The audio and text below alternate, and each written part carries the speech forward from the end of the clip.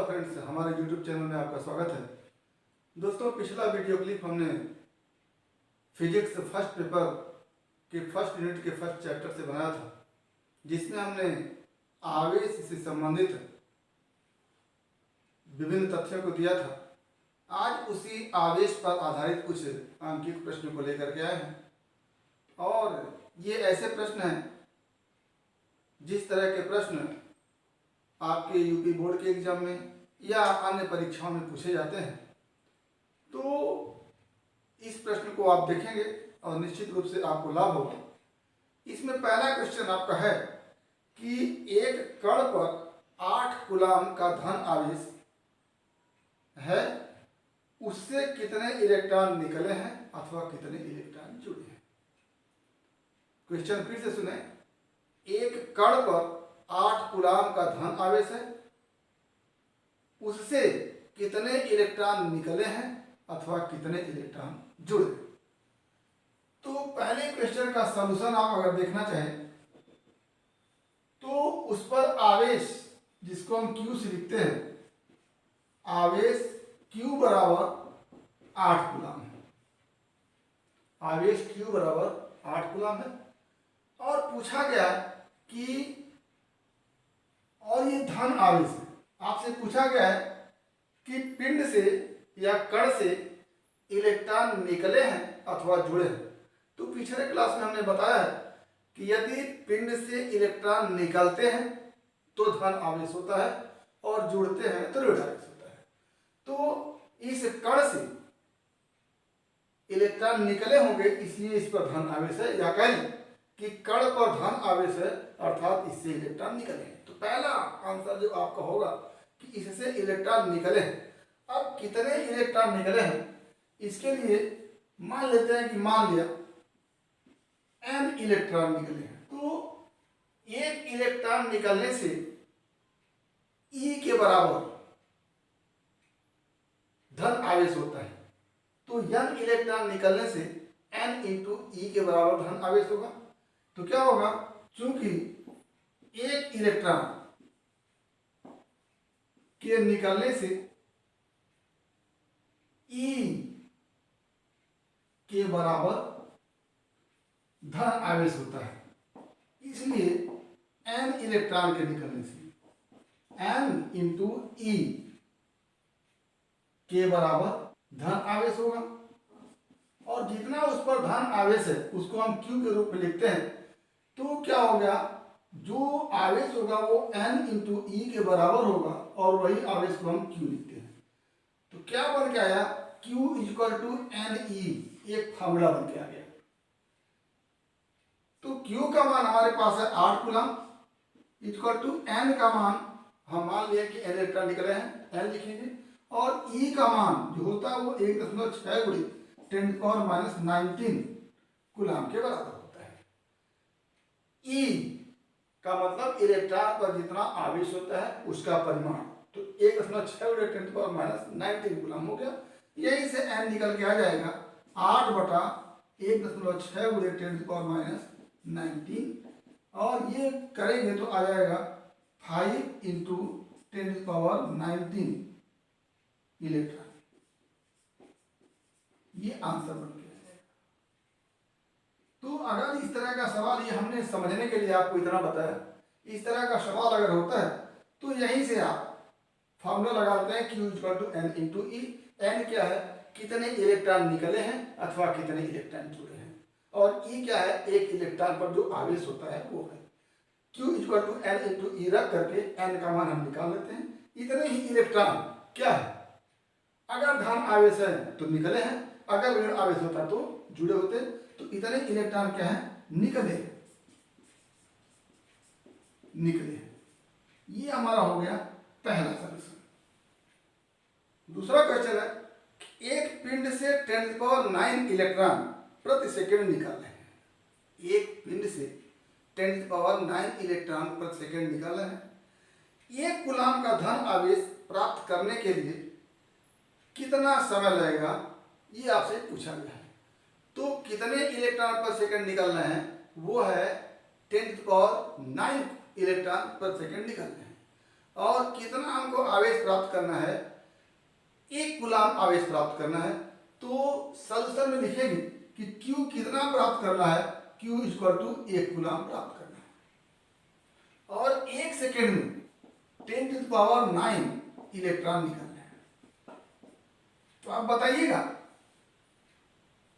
एक इलेक्ट्रॉन अगर निकल रहा है तो E के बराबर आवेश हो रहा है, यानी छोटा Q 1 सेकेंड में कितना आवेश निकलेगा उसको हम देखेंगे। या कह लें कि 1 सेकेंड में कितना धन आवेश उस पर होगा। अगर 1 सेकेंड में 10⁹ इलेक्ट्रॉन निकल रहे हैं तो इसका मतलब कि इलेक्ट्रॉन के निकलने से उस पर धन आवेश होता है, और 1 इलेक्ट्रॉन के निकलने से E धन आवेश होता है। तो इतना इलेक्ट्रॉन निकलने से इतने गुणे E धन आवेश हो जाएगा 1 सेकेंड में। क्या हो गया, 1 सेकेंड में पिंड, 1 सेकेंड में पिंड पर उत्पन्न धन आवेश, स्मॉल q लिख लेते हैं, small q equal to n into e. आप देख लीजिए कि कितने इलेक्ट्रॉन निकल रहे हैं और 1 इलेक्ट्रॉन को कितना आवेश है। तो n की जगह क्या हो जाएगा 10⁹ और e की जगह हो जाएगा 1.6 गुणे 10⁻⁹। इतना आवेश 1 सेकेंड में निकल रहा है। और हमको कितना आवेश चाहिए, 1 कूलाम का आवेश चाहिए, यानी 1 सेकेंड में इतना कूलाम निकल रहा है, 1 कूलाम कितने सेकेंड में निकल रहा है ये चाहिए। तो हम लिख सकते हैं इसको कि चूंकि इतना आवेश क्या हो गया, धन आवेश, क्योंकि निकल रहे हैं इलेक्ट्रॉन तो धन आवेश होगा। अगर 1 सेकेंड में इतने इलेक्ट्रॉन निकल रहे हैं तो इसका मतलब कि 1 सेकेंड में इतना आवेश उत्पन्न हो रहा है। तो हमको 1 कूलाम आवेश प्राप्त करना है, तो लिखेंगे कि चूंकि 10⁹ इंटू 1.6 गुणे 10⁻⁹ धन आवेश 1 सेकेंड में हो रहा है। इसलिए एक धन आवेश कितना होगा, 1/10⁹ इंटू 1.6 गुणे 10⁻⁹। 1 कूलाम ही आवेश चाहिए, तो ये हो गया हमारा 1/1.6 गुणे 10⁻⁻⁹, और ये क्या है 10⁻⁹। हल करेंगे तो आ जाएगा 10⁻⁻3। और इसको जब आप हल करेंगे तो 10 पे घाते 10 हो जाएगा बटे 1.6 हो जाएगा। यहाँ से हम लिखते हैं 10 अलग निकाल लेते हैं, गुणे 10 पे घाते 9 कर लेते हैं बटे 1.6, और हल करेंगे तो 6.25 गुणे 10 पे घाते 9, ये सेकेंड हमारा आंसर हो गया। ये इतना सेकेंड हमारा आंसर बन के आएगा। तो क्या हमने किया कि 1 सेकेंड में इतने इलेक्ट्रॉन निकल रहे थे, तो हम निकाले कि 1 सेकेंड में कितना आवेश धन उत्पन्न हो जाएगा। तो जितना इलेक्ट्रॉन निकल रहे उस पर 1 इलेक्ट्रॉन पर जो आवेश है उसका मल्टीप्लाई कर दिया। यहाँ पर हम ये जानते हैं Q equal to n into E C. 1 second का आवेश Q 10⁹ इंटू 1.6 इंटू 10⁻⁹, इतना धन आवेश 1 सेकेंड में पैदा होगा। हमको कितना धन आवेश चाहिए, 1 कूलाम धन आवेश चाहिए, 1 कूलाम धन आवेश चाहिए। तो इतना धन आवेश 1 सेकेंड में, तो 1 कूलाम धन आवेश ये क्या हो जाएगा, 1 बटा इतना हो जाएगा, और इसको हल कर लेंगे हमको आंसर मिल जाएगा। तो ये हमारा दूसरा क्वेश्चन है।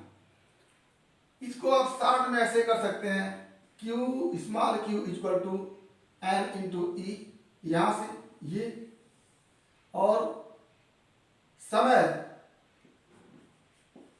इक्वल टू जितना हमको आवेश चाहिए और 1 सेकेंड में जितना आवेश है, ये कर दिया। तो हमको चाहिए 1 कूलाम का आवेश, और कितना कूलाम हो रहा, ये Q का मान कितना हो रहा है, ये क्या हो गया 10⁹ इंटू 1.6 इंटू 10⁻⁹। ये वाला फैक्टर देखिए यहीं आ गया है। तो चाहे आप इस तरह से निकाल लें, 1 सेकेंड में कितना आवेश, small q equal to n into e, समय बराबर कुल आवेश बटे 1 सेकेंड का आवेश। तो कुल आवेश है कैपिटल Q, 1 सेकेंड का आवेश है स्मॉल q, बटा करके निकाल दिया, आंसर आपका आ गया। तो ये हमारा दूसरा क्वेश्चन था। आइए तीसरा क्वेश्चन देखते हैं। तीसरा सवाल है, एक पिंड A पर 20 कूलाम का धन आवेश है उसे दो उदासीन पिंडों बी एवं सी से एक के बाद एक से संपर्क कराया जाता है, तो प्रत्येक पिंड पर कितना आवेश होगा। एक पिंड हमारा ए है, इस पर 20 कूलाम का आवेश है। ये हमारा ए पिंड है 20 कूलाम के आवेश के साथ। दूसरा बी पिंड है, इस पर आवेश नहीं है। और तीसरा सी पिंड है, इस पर भी आवेश नहीं है। ये सी हो गया। अब आप जानते हैं कि किसी पिंड को आवेशित करने के लिए 3 विधियां होती हैं। एक घर्षण विधि या घर्षण द्वारा, दूसरा संपर्क द्वारा और तीसरा प्रेरण द्वारा। तो यहां पर कहा जा रहा है कि ए पर 20 कूलाम का आवेश है, इसे दो पिंडों बी एवं सी से एक के बाद एक संपर्क कराया जाता है, तो तीनों पिंडों पर अंत में कितना आवेश होगा। तो जब ए को हम बी के संपर्क में लाते हैं, इस तरह से ए को हम बी के संपर्क में लाते हैं, ये ए हो गया, ये बी हो गया, इस पर 20 कूलाम का आवेश है। तो क्या होगा कि ए तब तक इसको आवेश देता रहेगा जब तक कि दोनों पर बराबर आवेश न हो जाए। तो ए पर 20 कूलाम का आवेश है, ये अपना 10 कूलाम इसको दे देगा। तो ये जो 20 कूलाम का आवेश है, ये 10-10 कूलाम में क्या हो गया, बढ़ गया। अब इसको अलग कर लिए, तो बी पर 10 कूलाम हो गया और ए पर 10 कूलाम हो गया। अब ए पर कितना हो गया, 10 कूलाम हो गया संपर्क के बाद। अब इस ए को हम ले जाते हैं सी के पास, तो अब ए पर 10 कूलाम का आवेश है और ये पहुंच गया है सी के पास। सी पर कोई आवेश नहीं है, ये 10 कूलाम तब तक इधर ट्रांसफर होगा, स्थानांतरित होगा, जब तक कि दोनों पर बराबर ना हो जाए। तो बराबर कब होगा, 5 कूलाम इस पर और 5 कूलाम इस पर। तो अंत में क्या हुआ कि बी पर 10 कूलाम का आवेश, ए पर 5 कूलाम का आवेश और सी पर 5 कूलाम का आवेश। अंतिम रिजल्ट निकल गया। लेकिन इसको करें कैसे, क्या लिखेंगे कि बी से संपर्क के बाद ए एवं बी पर आवेश बराबर बराबर आवेश होगी। क्या हो जाएगा, जो आवेश ए पर था 20 कूलाम और जो आवेश बी पर था 0, बी पर कोई आवेश नहीं था। अब बटे क्या कर देंगे, 2 पिंड है, 2 क्या हो गया, 10 कूलाम। 10 कूलाम ए पर ही बचा और 10 कूलाम बी पर ही बचा। अब ये 10 कूलाम का आवेश सी के पास लेकर के ए जा रहा है, तो क्या हो जाएगा, 10 कूलाम आवेश से युक्त ए को सी के संपर्क में रखने पर क्या हो जाएगा, ए एवं सी पर आवेश दोनों पर भी बराबर हो जाएगा। तो अब क्या होगा, ए पर जो 10 कूलाम बचा था वो और प्लस सी पर जो कोई आवेश नहीं था वो दोनों जुड़ेगा और बटा क्या हो जाएगा, 2। तो क्या हो जाएगा, 5 कूलाम। यानी ए पर 5 कूलाम, सी पर 5 कूलाम और बी पर 10 कूलाम। ये हमारा आंसर हो जाएगा। तो आंसर में क्या हो जाएगा कि ए पर 5 कूलाम, बी पर 10 कूलाम और सी पर 5 कूलाम आवेश अंत में बचेगा। चौथा क्वेश्चन है कि एक कप जल में कितना धन आवेश तथा कितना ऋण आवेश होगा। चौथा क्वेश्चन है कि एक कप जल में कितना धन आवेश होगा और कितना ऋण आवेश होगा।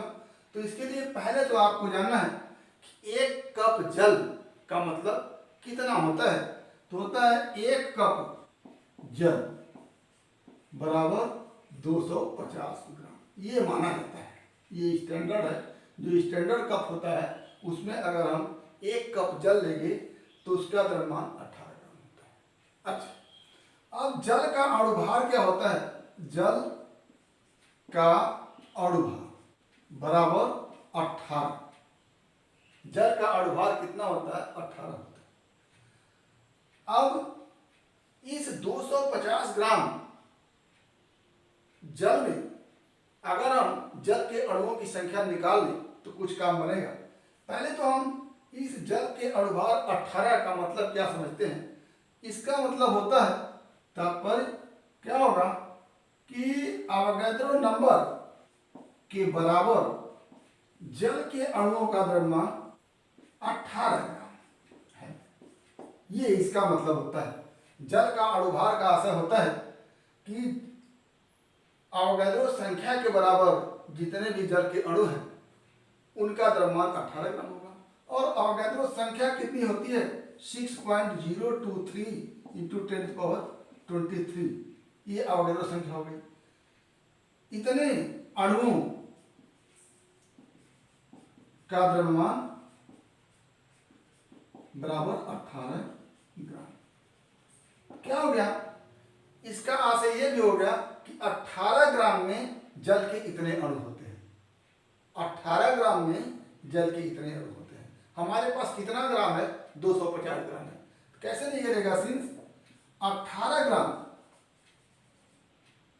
में अणुओं की संख्या, किसके? जल की अणुओं की संख्या 6.023 इंटू 10⁻23 होता है।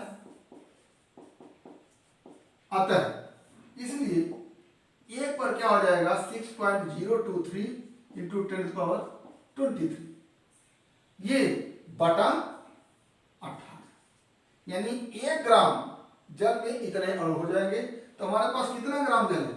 250 ग्राम जल। क्या हो जाएगा? 6.023 इंटू 10⁻23 बटे 18 गुणे 250। ये 250 ग्राम में इतने अणु हो जाएंगे। 250 ग्राम में इतने अणु हो जाएंगे। इसको आप दूसरी तरह से लिखते हैं क्या? Small m upon capital M equal to n upon n0। ये फार्मूला होता है small m upon capital M equal to n upon n0। यहाँ स्मॉल m क्या है? स्मॉल m दिया गया द्रव्यमान है और कैपिटल M क्या है? अणुभार है, अणुभार।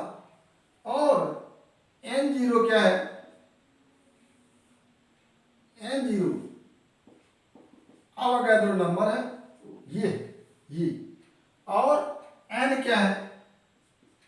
n m ग्राम में अणुओं की संख्या, अणु की संख्या ये।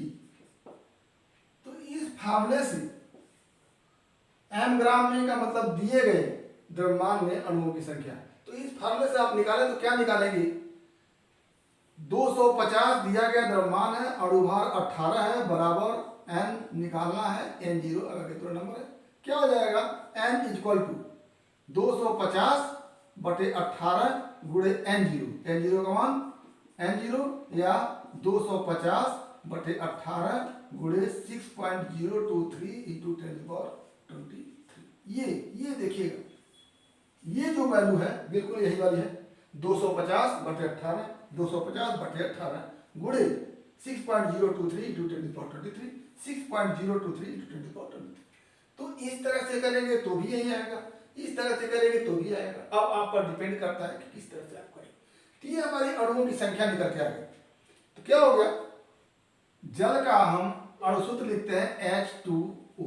क्या लिखते हैं? H2O। अब H2O में 2 हाइड्रोजन है, हाइड्रोजन 2 और ऑक्सीजन 1।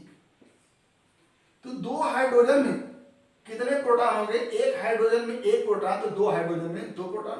तो कितना हो गया? 2 प्रोटॉन प्लस 1 हाइड्रोजन में 1 इलेक्ट्रॉन होता है, अब तो 2 हाइड्रोजन में 2 इलेक्ट्रॉन हो जाएंगे। 2 इलेक्ट्रॉन प्लस 1 ऑक्सीजन में 8 प्रोटॉन होते हैं और 8 इलेक्ट्रॉन होते हैं, क्योंकि उसकी परमाणु संख्या 8 होती है।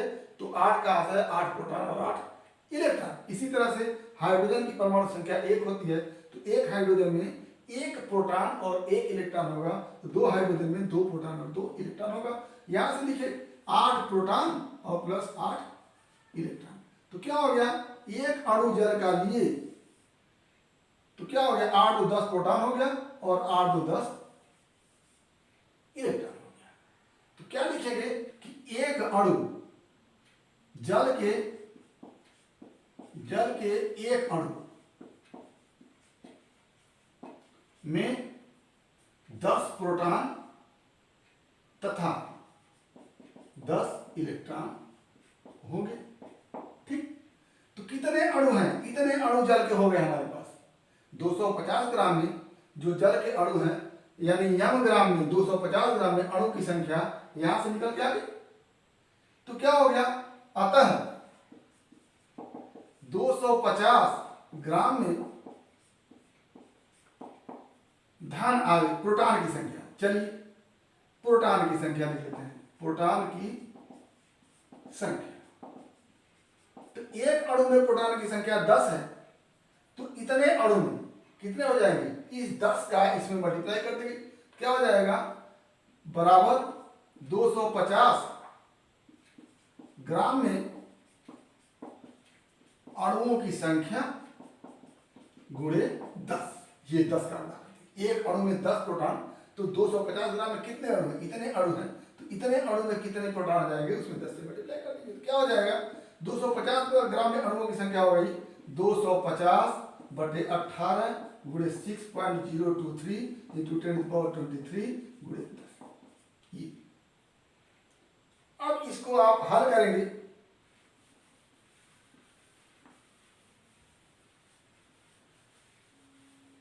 तो बन के आएगा, ये 3 बार में लगभग कट जाएगा। ये क्या हो गया, 3 छक 18, 3 सते 21, 3 बटे 24, 3 बटे 24, 1 3 त्रिक का 9 और 3 त्रिक का 9, ये इतना आ गया, गुणे 10 बिगाते 24, ये इतने प्रोटॉन हो गए। और एक प्रोटॉन पर आवेश कितना होता है, आपसे अंत में पूछा गया कितना आवेश होगा, कितना धन आवेश कितना ऋण आवेश, तो प्रोटॉन पर जितना धन आवेश होगा वही धन आवेश हो जाएगा। तो एक प्रोटॉन पर 1.6 गुणे 10⁻19 धन आवेश और एक इलेक्ट्रॉन पर उतना ही ऋण आवेश।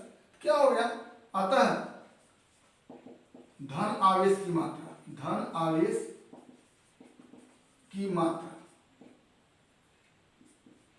बराबर कितने प्रोटॉन है, प्रोटॉनों की संख्या गुणे एक प्रोटॉन पर आवेश, प्रोटॉन की संख्या गुणे एक प्रोटॉन पर आवेश। क्या हो जाएगा, प्रोटॉन की संख्या ये है, यानी 8.33 गुणे 10⁻24 इंटू ये 25 हो गया। यहाँ पर इसको जब आप हल करेंगे तो ये 25 आ जाएगा, ये 3 से कटेगा तो 83 दशमलव कुछ होगा और इसको हल करेंगे तो 25 आ जाएगा।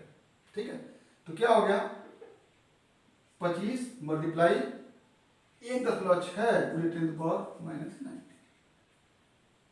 जल चूंकि उदासीन है, उस पर कोई आवेश नहीं है, तो जितना धन आवेश होगा उतना ही ऋण आवेश होगा, दोनों मिलकर उदासीन हो जाएगा। तो अंत में क्या लिख देंगे कि जल में जितना धन आवेश होगा उतना ही ऋण आवेश होगा, ऋण आवेश होगा। क्यों, क्योंकि जल क्या है, उदासीन है, तो इतना धन आवेश है तो इतना ही क्या हो जाएगा, ऋण आवेश। ये हमारा आंसर पर किया जाता है। तो आज हमने 4 क्वेश्चन देखा, सारे क्वेश्चन लगभग क्वांटम थियरी पर थे, Q = NE के हिसाब से। तो ये क्वेश्चन किसी न किसी एग्जाम में पूछे गए हैं, तो आप इस क्वेश्चन को तैयार करेंगे। उम्मीद करते हैं कि आज का वीडियो क्लिप आपको पसंद आया होगा। अगर इसमें किसी प्रकार की समस्या हो तो आप हमारे YouTube चैनल के कमेंट बॉक्स में कमेंट करेंगे, और यदि वीडियो क्लिप पसंद आए तो प्लीज़ लाइक करेंगे, शेयर करेंगे, साथ ही हमारे YouTube चैनल को सब्सक्राइब करेंगे, ताकि इस तरह के वीडियो क्लिप का नोटिफिकेशन आपको मिलता रहे और आपके फिजिक्स की मुकम्मल तैयारी होती रहे। तो आपसे एक बार फिर विनम्र निवेदन है कि आप हमारे YouTube चैनल को सब्सक्राइब कर लीजिएगा। तो एक बार फिर आपके भविष्य के लिए बेस्ट ऑफ लक। धन्यवाद।